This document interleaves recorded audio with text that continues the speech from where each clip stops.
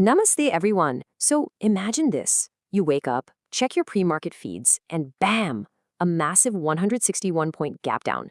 Absolute panic in the air, right? Global cues are just flashing red across the board. But then, by the time the closing bell actually rings, Dalal Street has miraculously erased all those losses to close completely flat. Like, how on earth did the Nifty manage to pull off such an incredible intraday recovery? Well, welcome to today's explainer. I am absolutely thrilled to be your guide as we break down this crazy market roller coaster. Today, we're putting on our advisor hats and diving deep. We'll look at the fundamental drivers that spooked everyone this morning, the fierce sectoral battles that completely define the afternoon session, and of course, the crucial open interest data. Because that's what tells us exactly where the smart money is actually placing its bets. Let's get right into it. Real quick, here's our roadmap for today. We're going to start with that volatile market hook, then unpack the fundamental impacts, look at the big sector shifts, decode the open interest data, catch up on some top management chatter, and finally, prep you on what to watch next. All right, Section 1, the volatile market hook, Nifty's roller coaster. Guys, the sheer resilience of the market today was just incredible. Like we said, we opened with that brutal 161-point gap down, dragging the index straight toward the 23,320 to 23,350 zone within the very first hour. But that early weakness, it wasn't a signal to panic sell. Actually, it was aggressively bought into. The Nifty just steadily recovered through the late morning, taking back the 23,450 mark by 11 a.m. And that sustained second-half buying pushed the index right up to close virtually flat at 23,649.95. The bears threw their absolute best punch early on, but the bulls, they firmly absorbed the impact. Moving to Section 2, unpacking fundamental impacts, the macro headwinds. Now, a major pressure point today was 96.39. Yep, the Indian rupee fell to another record low against the dollar, hitting exactly 96.39. We are literally looking at a 7-session losing streak for the rupee here, which unfortunately makes it the worst performing major currency in Asia this year. Why is this happening? Well, it's being relentlessly pressured by a pretty brutal combination of rising global bond yields and some seriously elevated crude oil prices. It really is a perfect storm of macro crosswinds right now. First, the U.S. 10-year bond yield spiked to 4.59%, which, as we know, naturally pulls capital right away from emerging markets. Adding fuel to that fire, Brent crude briefly surged above $111 a barrel. This is mostly due to Middle East tensions, specifically those reports of the U.S. offering Iran a temporary waiver on oil sanctions, while the Strait of Hormuz remains, well, highly volatile. Meanwhile, if we look east, China's retail sales growth slowed sharply to a really weak 0.2% year-over-year in April. That's their weakest print since December 2022. Oh, and on the domestic front, the government directed state-run banks and insurance firms to cut costs and transition to electric vehicles, a big structural shift to push EV adoption. So, you mix all that together, and boom, you get the perfect morning storm. Section 3, sector shifts and big movers, IT versus consumer durables. When you dig into the performance numbers, a massive divergence is super clear. Nifty IT was the absolute standout today, roaring ahead with a 2.43% gain. This was spearheaded by huge moves in persistent systems and Coforge, both up over 5%. But contrast that with consumer durables. That space actually slumped 1.80% as a sector. And the biggest shocker? Amber Enterprises tanking over 15% in a single session. No way, right? It perfectly highlights that even when the broader market looks flat on the surface, the underlying sectoral rotation is incredibly active.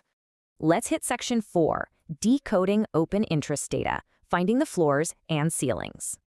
Before we dive into the actual numbers, let's just quickly refresh our ground rules for open interest, or OI.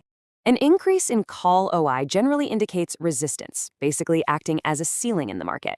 Conversely, an increase in put OI suggests support, acting as a floor. Keep these basic principles in mind because they are the absolute key to finding our trading boundaries for tomorrow. So let's see how this builds our market map. Looking at the data, there is significant put open interest building up at 23,400 and 23,500. This confirms that institutions have established a very firm floor of support right exactly where the Nifty bounced from today. However, maximum call open interest is aggressively stacked at 24,000, followed closely by 23,800. So while we have a great floor, there's a heavy, looming ceiling of resistance between 23,800 and 24,000 that the bulls are going to have to fight really hard to crack. Now, who's actually driving these moves? Reviewing the institutional tug of war is always a real eye-opener.